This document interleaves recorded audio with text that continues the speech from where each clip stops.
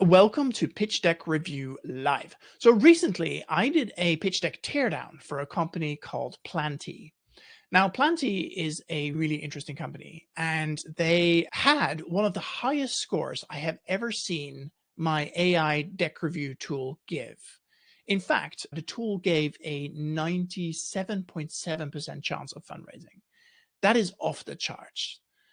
Now, that's a story with a couple of caveats in there because honestly, while the deck and all the pieces that need to go into the deck were pretty much perfect, there were still a few things missing. And I got a little confused because I was like, wait a minute, this deck is as perfect as this pitch deck review thing can make it.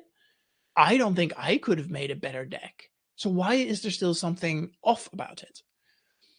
And as I took a closer look, I realized, oh, actually, there are a few things about the way this story is told that makes the deck good. It actually makes the underlying company a little challenging. And that was a really good reminder for me because it turns out that a very good deck does not necessarily 100% mean a great pitch. So if you want to read that actual pitch deck review, you can do that at hiya.pub/PDT for pitch deck teardown -plan T. I'll also drop a link below. Let's get into it. So Planty is a super, super interesting company. They build a product that I love. I really do. I love plants. I love the fun of growing plants. And what the company is doing here is building a really interesting product that helps people grow plants more easily. So the pitch deck is helping houseplant lovers to never lose another green companion. I love that. There's something really frustrating about plants dying, right? You spend a lot of time looking after them. You spend a lot of time growing them. And right here in this deck, we see raising 1.4 million, super helpful to know right up front, right? Because we want to know why this company is raising money and how much they're raising. And they're also saying why. So to start mass production and reach $1.7 million of revenue by 2025. Now, there's a lot of things to love about that very first slide. And the main thing is it is super clear about who it is, what it's doing, what it's raising, and what it wants to do. If I'm an investor, I can look at this and immediately, right there, slide one, if it's outside of my investment thesis, not interested. If I don't invest in hardware, also not interested. There's a whole bunch of things here that makes it possible to very quickly decide whether or not I want to spend any time on this pitch deck. Super helpful, very appreciated. And I love that there's a picture right on slide one too. And the great thing about that is it's super clear, right? You get straight into the thick of it and you get to take a look at what this is. All right, so from the cover slide, it goes straight into a summary slide. I love a good summary slide. If slides 1 and 2 can really pull together what you are attempting to do, super, super helpful. So it does indoor gardening, which is a $30 billion market. They highlight the team, which is great. And I'm presuming there's going to be another team slide later, but it's a good thing to remind people. It repeats the amount it's raising. Don't think that's super necessary, right? It's right there on the front page, but it's nice to get to repeat it anyway. And it tries to explain where it is in the product cycle. So the company is saying that they have mass production ready products and that they're ready to go. Great.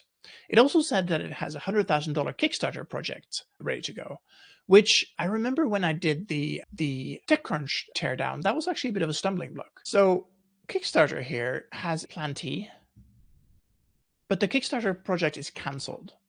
Now, to me, that's an interesting combo, right? So here they're saying that the product is market validated because they've raised $100,000. But if I go look at Kickstarter, I can tell that the product has been canceled.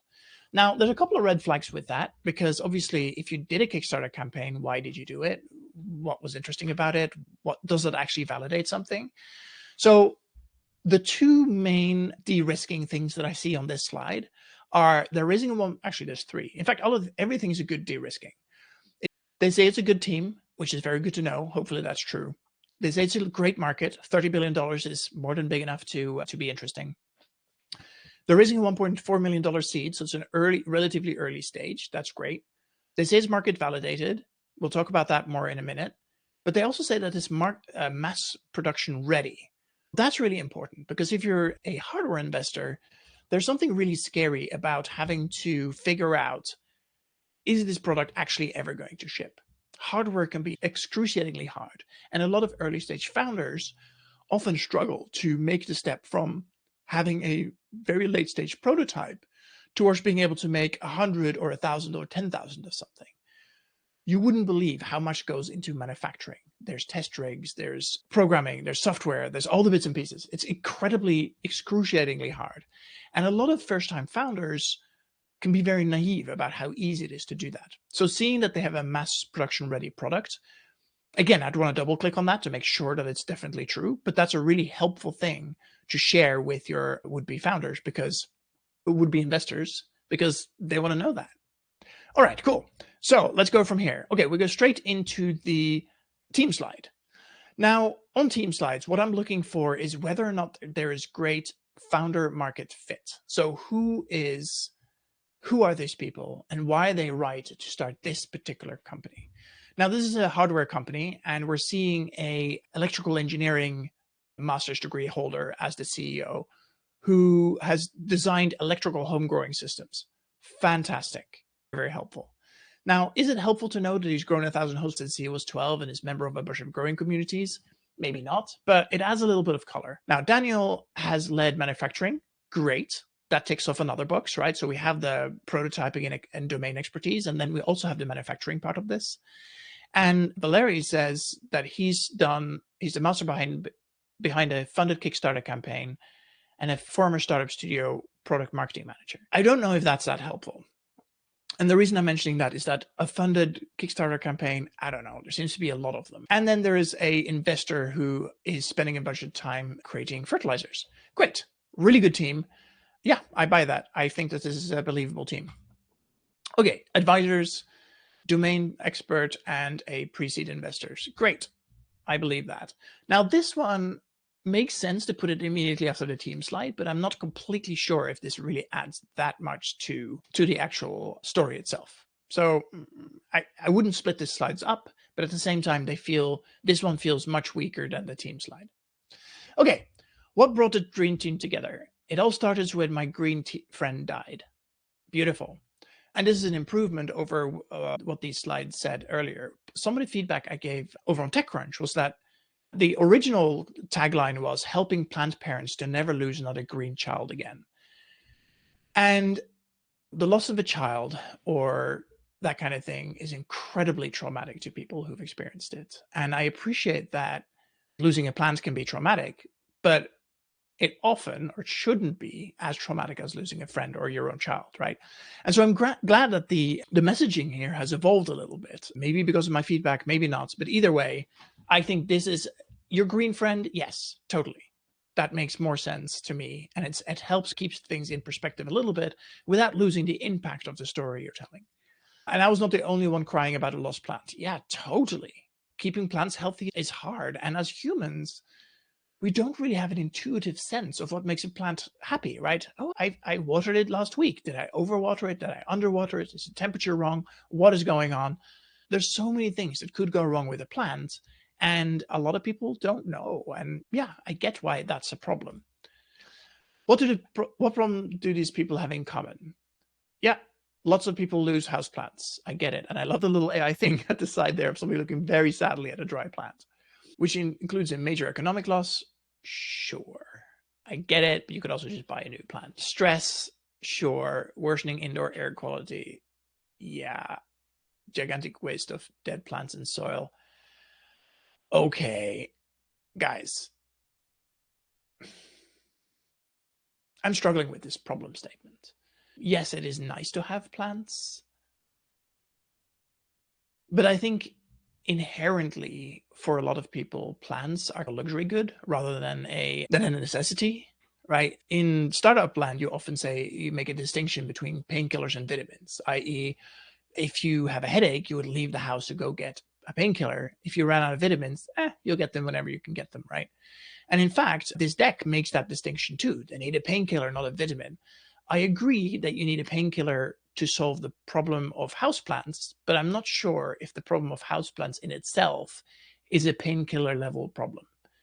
And the reason I'm harping on about this is that there are problems really worth solving in the world, and then there are problems that are nice to solve. And to some people who really care about their plants, I do believe that this is a worth solving problem. But I also think that somewhere in this landscape, if an investor has only $1 million left to invest, are they going to invest in scale agriculture or something in that space, or at home plant growing startups? It's such a challenging space because yes, it is sad when a plant dies, but these days you can Google things, you can search things in other ways. Plant pots are like, I don't know, if you live anywhere out in the countryside, you can probably pick one up for free somewhere, right? A neighbor who has a pile of plant pots off the side, ask if you can have one, and you have a plant pot. Plant watering, I don't know, grab the measuring jug out of the kitchen. Fertilization, you can figure it out, right? So I am struggling with what the scale is of this problem and if it's really a problem worth solving. That isn't to say that this isn't a problem worth solving for some people, but what I'm getting to is that I'm not sure if this is a venture scale company. Are we going to live in a future where everybody has a fully automated IoT smart watering and light solution? I just don't know. But my gut sense is, ooh, I just don't know. So this is not a slight on Planty in any way. It's just a kind of me trying to talk through what, as an investor, I am thinking as I'm looking at this deck and feeling into how important it is to solve these problems. What's the solution? An ecosystem of smart devices, AI-enabled software, plants and services supplies for indoor plants, delivering consistent and appropriate care. Watering, soil heating, plant heating, fertilization, lighting, and air humidification. Yeah, totally. A lot of people grow plants and I just splash a little bit of water on there every now and again and it works.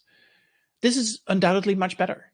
I'm not going to argue with that. This is undoubtedly a hell of a lot better, but that doesn't necessarily mean that this is a slam dunk product. Discover the Planty ecosystem. Okay, so this is cool. So Planty has soils and fertilization and stabilizers and tools and communities and tools and apps and smart watering and smart lights and smart pots and all this kind of stuff. So what I'm seeing here is that this company is building a whole, they call it an ecosystem. Let's call it an ecosystem. Building a whole ecosystem that takes care of all slices of growing plants. Now, it's not hard to cobble a lot of this together, I think, but it is fascinating to see all of this in one place. And I am curious if the company can find enough customers for this to make this venture scale. I hope they do, but I fear they might not. And so my question becomes, okay, what is the special sauce there? What is the thing that's missing? Meet Planty One, an all-in-one smart indoor greenhouse. Awesome. Look at this thing. It's beautifully designed. It waters, it warms, it does all the things. How cool is that? I think this is really... Okay, who else is solving? So this is the competition slide. It's talking about aeroponics and hydroponics. It's talking about the kind of the AeroGardens of the world, the Shrulis. I had an AeroGarden. I thought it was really helpful for growing herbs. I've tried Shruli out. I've tried a couple of other shroom growing devices out. I've built my own DIY growing systems. So I know a lot of things about this. And yeah, it's a really busy space. And there's probably space for more companies, no doubt about that. Now, my challenge with this product is Planty is pretty expensive. Is that the next slide? Let's pull up the website. Okay, so this is a $1,200 plant pot that does all sorts of smart things, but it's also $1,200. And if you're selling something for $1,200, you are right there in the upper echelons of luxury goods. And luxury goods are really challenging for a number of reasons, and especially this type of luxury good, right? So the company is claiming that it is really important to users that instead of watering only for avocados or watering only for leafy greens, they're creating something that is universal. Now, I am challenging whether or not that is actually a huge worth solving problem. Because people don't repot their plants very often, right? Once you have a plant thriving and growing, you're probably not going to move it that much. And Planty, while it is great that it can do everything, it falls into this place where I'm like, okay, how important is it that it can do everything? Isn't it enough to have something that does something very good? Soil sensors, great. Add a soil sensor to an existing plant pot. Maybe that's enough. So again, The thing I'm pushing back on here is that I'm struggling whether or not this company is solving a big enough problem that enough people are willing to pay for. Now, it has gone some way actually towards helping de-risk that or explain that. And the way it does that is this. Do people want to buy our solution? Yes, they do. They raised $102,000 on Kickstarter. Okay, so now I'm confused again because it says raised, but I think here it says canceled. So as far as I know, that means that they didn't get the money if the funding is canceled. So it says raised. I'm not sure what that means. And if I were doing this with the founders, I'd push back on that, or at least I want to know what happened to that campaign and what happened there. Gathered 8,000 future customers in a private Facebook group and 10,000 mailing list. Future customers, no, those are leads, right? You're not going to convert 100% of your list. Be very careful when you make assumptions in your business models about who's going to convert and who isn't. Pre-orders, sure, they've already given you the money. They're a surefire deal, except in this case, it looks the campaign was canceled. And so I don't know if the money changed hands or not. So the question continues to be, can this company sell the products that they want to sell? Now, they have a customer acquisition cost, they have a gross margin, they have a trademark, technically de-risked, great. They have apps, great. They've created the product. There's a huge amount of positive signals here. That is all A++, fantastic. What the company hasn't done is actually gotten real traction and shipped real products. And so to me, I would need to understand pretty deeply, okay, what is your go-to-market? Can this customer acquisition cost continue? They say they're trying to target $85 acquisition cost by the end of 2025. That's great. They're also targeting a 51% margin. That's okay. But these numbers don't scream VC fundable to me. A lot of hardware products have better margins than that. Okay. Meet Michael, our beloved plant killer. Okay, so this is an interesting one because this would typically be an opening slide for me. Sure, it shows a customer profile, which is helpful, but I feel like this type of customer profile is more effective if you're doing a more customer-driven deck. Currently, we have a market and product-driven or solution-driven deck, which is also good, but it's a different thing. How many Michaels are there? Okay, huge market, awesome. I believe that. I believe it's a huge market. What I'm not sure about is whether there's a huge market for this product, right? So that's a real conundrum here. We have a $31 billion market. I think the company is going to convert some of these users. Absolutely no doubt, right? If there's 260 million possible customers, you're going to find a few of them who are willing to pay you the money because they want an unusual solution or because they're nerds or because whatever, right? Like once this product is shipping, I'll consider it. Like I have a ton of houseplants.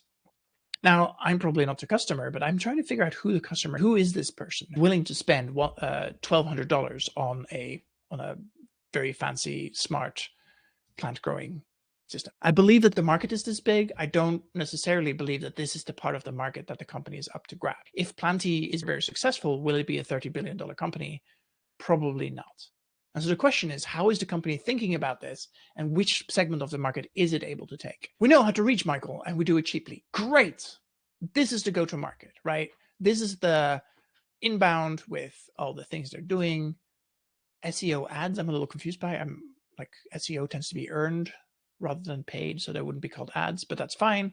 Guerrilla marketing, cool. Outbound, PR, sure. Influencers, yes.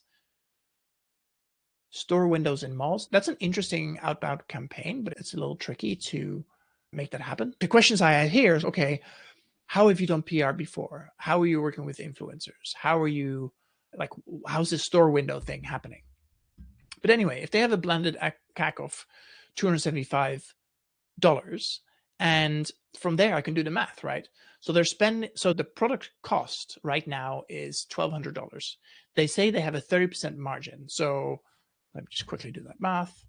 1,200 times 0.3. That means that the company is making around $360 of profit per product. Let's take $40 off. Presumably they're offering free shipping. That's down to $320. And then the blended CAC is $275. So I take $275 off. So per product sold, and this is a $1,200 product, just back of the napkin math, and I may be totally wrong because I may have misunderstood something, but what I'm hearing is that this company is making $45 per unit sold. And I get a little worried about whether or not that is enough to build a sustainable business. Now, if they can improve it to the $85 that they're claiming they're going to try and improve it to, that means that they get $200 per unit sold, and then the problem is solved. So there's a lot of interesting business dynamics at play here that I think, could make for a very successful business. Where I'm struggling, is this a VC scale business, or could this just be a very successful, what we call a lifestyle business?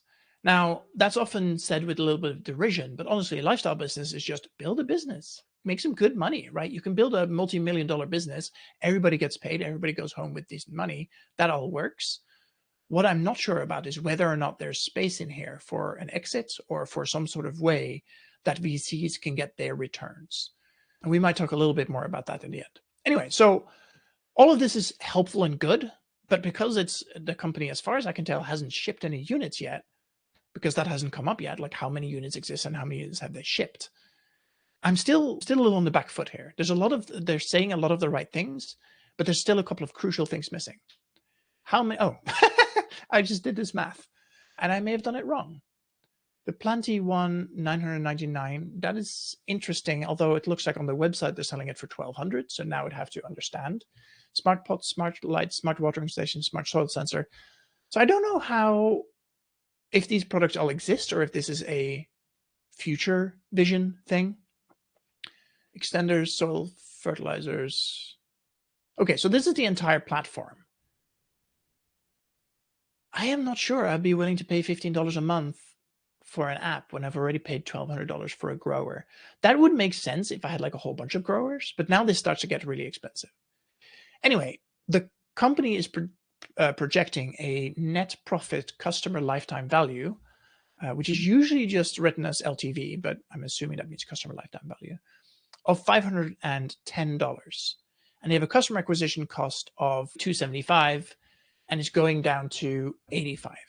Now, the math there, LTV ratio at the moment is 1.8, which isn't great, but not terrible. But if the company can get that number down to $85, I think there's a real business here. Because with $85 of customer acquisition cost and a lifetime value of $510, that means that the CAC to LTV arbitration ratio is 6. Now, a 1-to-6 arbitration ratio between those two things, that's a VC scalable business, assuming you can find enough customers. So my challenge would be, sure, you'll find a bunch of customers that have a customer acquisition cost that is relatively low, but eventually you're going to run out of those customers, right? You find all the ways to get to the people who would buy this, but once they've bought it, they're not going to necessarily buy more. So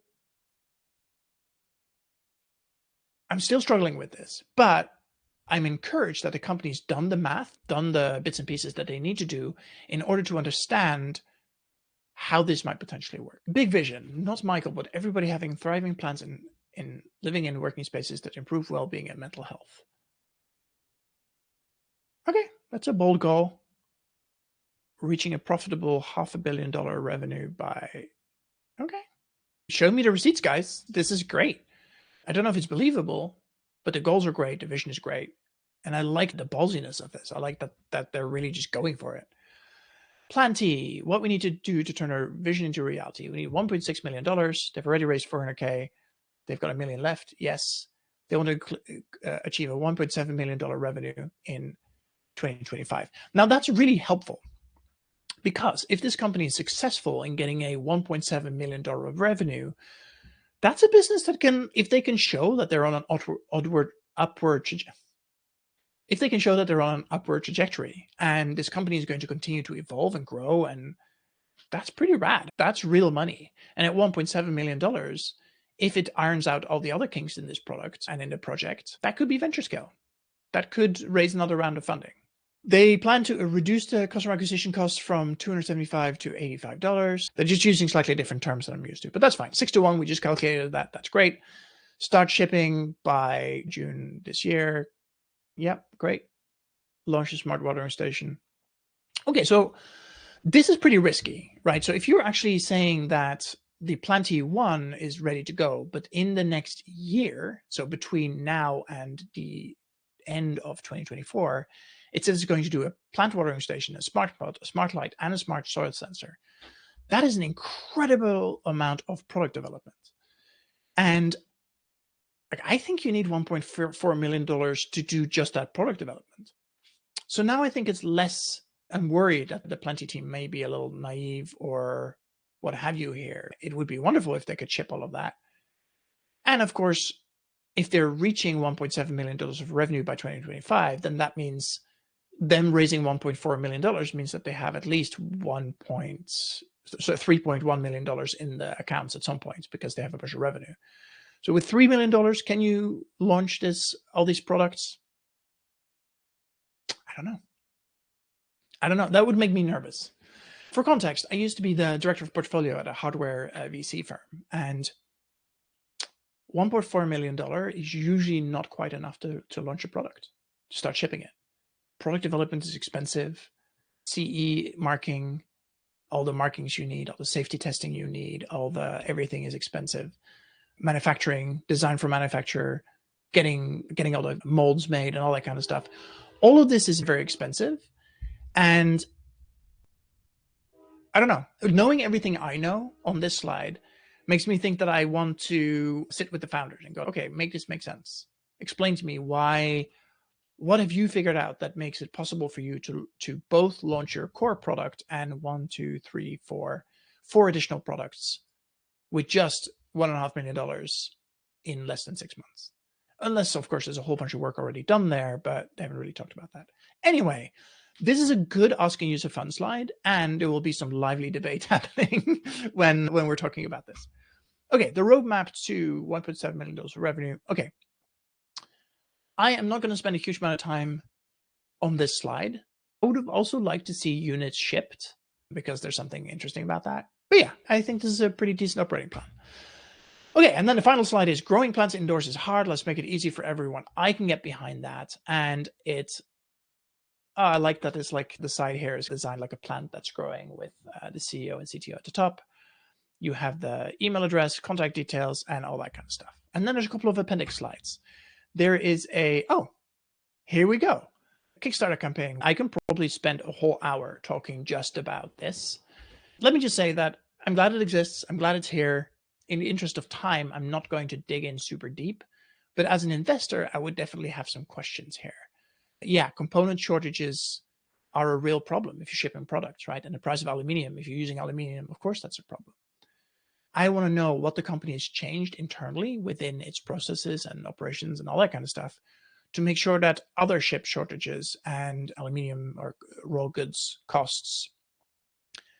And I want to know about the feedback they received, right? What was the thing that made them go, oh, let's not make this product? The question is, if they were able to pre-sell $100,000 worth of products for that version of the product at that price point, is it sufficiently similar now? And has the market shifted since 2021, right? 2021, we were in the depth of the pandemic. Lots of people were thinking about growing plants indoors. And now things are different. Anyway, then the company has a slide that is a bunch of sources around market sizing and problem space and target customers and all that kind of stuff. Fantastic. Really good idea to have a bunch of resources and sources in the back. People will likely not click on them, but if they see a number that they're not sure about, it's very helpful to be able to look that up right away. Before I take questions, don't forget that we offer AI-powered pitch deck reviews. So go to hire.pub/AI and feed your pitch deck into the AI, and it gives really good, really in-depth feedback on how good your pitch deck is. See if you can get it to 97.7% like Plenty, and it means that all the information that investors need is there. Everybody, thank you so much for coming. I love doing this with you. It's so much fun to nerd out about pitch decks. It's one of my absolute favorite things. Okay, let me see in the chat if there's any other questions. Do you have any questions, Diana? Let me ask you some questions. Yes. One, do you want one? For me, no. I've got a load of tomato and cucumber seedlings on my window ledge at the moment, which are happily doing their thing and will very soon be potted on. So for me, it wouldn't be of any use or of any value. If you were given one as a present, what would you say? Oh, thank you very much. And I would put something in it. If I was given one, that would be totally different. So that's an interesting one, right? So there may actually be a possibility here where this is a market that they could go after. Plenty could say, hey, Do you love the gardener in your life? Do you want to give them a really amazing present? Now, how many people have $1,200 laying around? It turns out quite a few, right? This may just be the gift for the person who loves plants, but hasn't quite figured out how to be a gardener. We have one question here from Mark, who says that how does a pre-revenue startup prove traction? Fantastic question. In fact, there's a whole section in Pitch Guide that covers that. You are right. Revenue is absolutely king when it comes to traction. If you can show revenue coming in, and ideally at an accelerating clip, that is your gold standard for how to talk about revenue. If you don't have revenue, think about traction as de-risking. Now, the more revenue you have coming into a business, the lower the risk in theory. So that's a really good thing to keep in mind. If you don't have revenue, what else is there? Do you have a patent? Have you solved a hard technical problem? Have you built a team? Have you done 100 customer interviews? Do you see a massive increase on your website? Do you have a bunch of followers or email list or whatever? Now, be very careful here to not trip into vanity metrics, right? Followers on Twitter is not the same as business. People on an email list does not necessarily mean revenue, but use any measurable thing to show that what you're doing is getting somewhat de-risked. And it's tricky. It's really tricky. But I think there's something to be said for building an alpha or a beta version of your product, putting it in front of some customers, getting some feedback and asking them, would you pay for this? Like, we haven't built the payment system. It's not ready yet, but would you pay for this? Or if not, what else are you spending money on to solve this problem? All these kinds of things are all data points to help you understand like what your traction is that's developing within the company. Okay, I think I'm going to call this. Thank you all so much for coming. It was absolutely delightful to talk to you. And if you are a Pitch Guide subscriber, I welcome you to submit your deck for review. It's really fun. It's a little bit daunting, but it's really fun.